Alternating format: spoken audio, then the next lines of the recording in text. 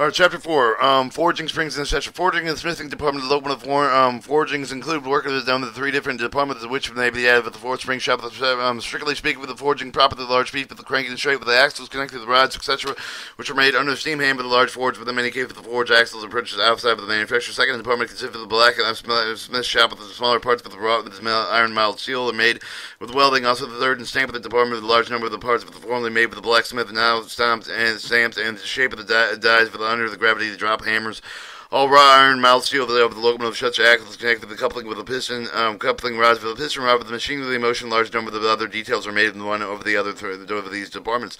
These springs are made with the spring shop with the spring smith with the manufacturer and art, but they require special knowledge, and frequently they are purchased outside.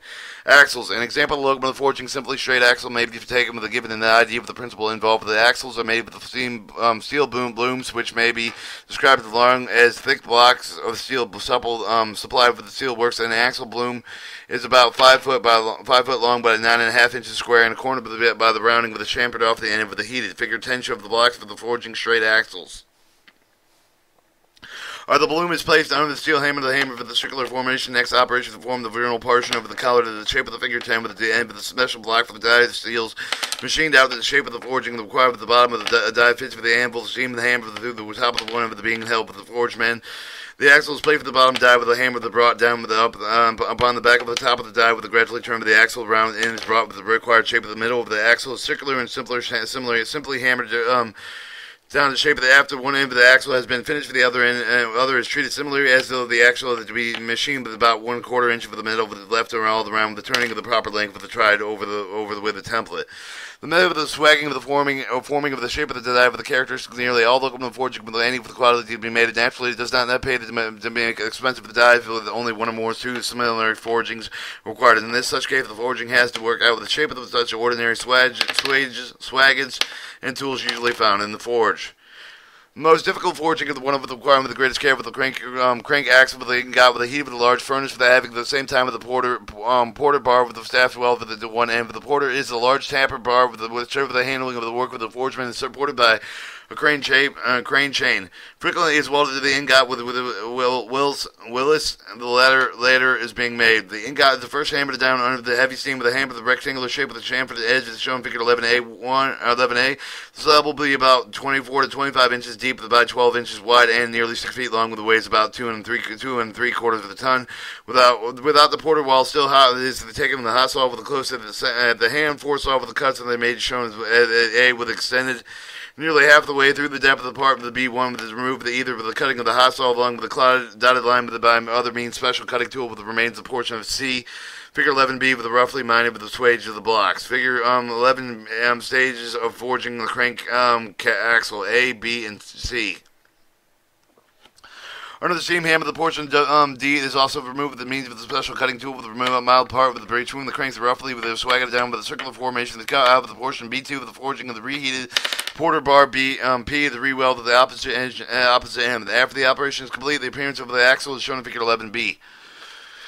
Alright, at the two cranks that have the right angle with each of the two parts at F1 and F2 with the F2 be twisted through 90 degrees. This done firmly with the holding of the crank of the F1, supposing it is to be one of the remaining of the original position between the top of between the top of the anvil steam hammer and then the means of the hydraulic or the pressure for the height with every end of the large spanner to provide sufficient leverage for the other arm, the F2 with the gradually bend around the right angle. Lastly, end with the crank web at the round of or at the G under the hammer. The appearance of the axle as in shown figure 11C with the right angle that must be tested with the square at all at the end of the dimensions.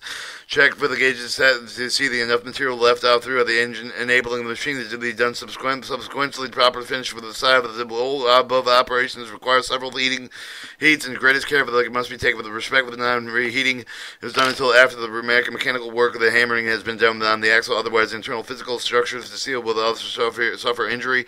Finally, all crank axles are reheated, generally cooled with the oil and scientifically consideration underlying heat treatment being, however, the beyond with the scope of the primer, the test pieces taken from the parts of the machine off the webs, each of the axles subject to the rigorous tensile and cold bending testing. The oil-treated hand crank axle should be having the ultimate tensile strength of not less than 35 tons per square inch with an elongation of no less than 20% of the length of 2 inches.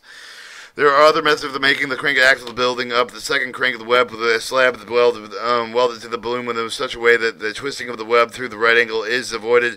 In some form works, webs are swagged and tied to the proper position at the right angles. Miscellaneous forging connecting the coupling rods and forged solid outlet slabs of the steel with the model portions of the being hammered down to the rectangular section, but the ends of it which have the special shape of the being swagged into the last cutout with the those shape of those whole work is to be done under the steam hammer. The buffer heads for the good example of forging the die block for under the steel hammer. These are usually made with the wrought iron scrap and piled and heated first, hammered into blooms. Each bloom is then reheated with the hammer and suitably shaped in blocks in form as shown in Figure 12A, with the shanks of both having 2 feet long, having a ball of 7 inches in diameter for the one end. The shank is then plate for the other block for the section shown in B, with the steam of the hammer flattened the ball from the end heated end of the buffer. The bottom of the 3 blocks is firmly secured in the anvil of the steam hammer. Figure 12 shows the buffering forge A, B, and C.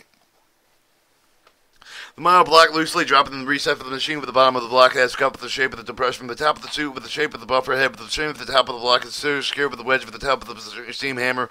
2 bottom blocks are made with the central hole with the take with the shank of the buffer. After the buffer head has been hammered to the shape of the frame with the metal with the round is cut off. After the thin piece with the period with the shown C with the metal block with the being loose with it can be rotated with the forge band during the hammering by placing the bar with the recess shown inside. Also side with the blocks or machine with fitted together with the exact shape of the forge and cutting out them. Hydraulic forgings.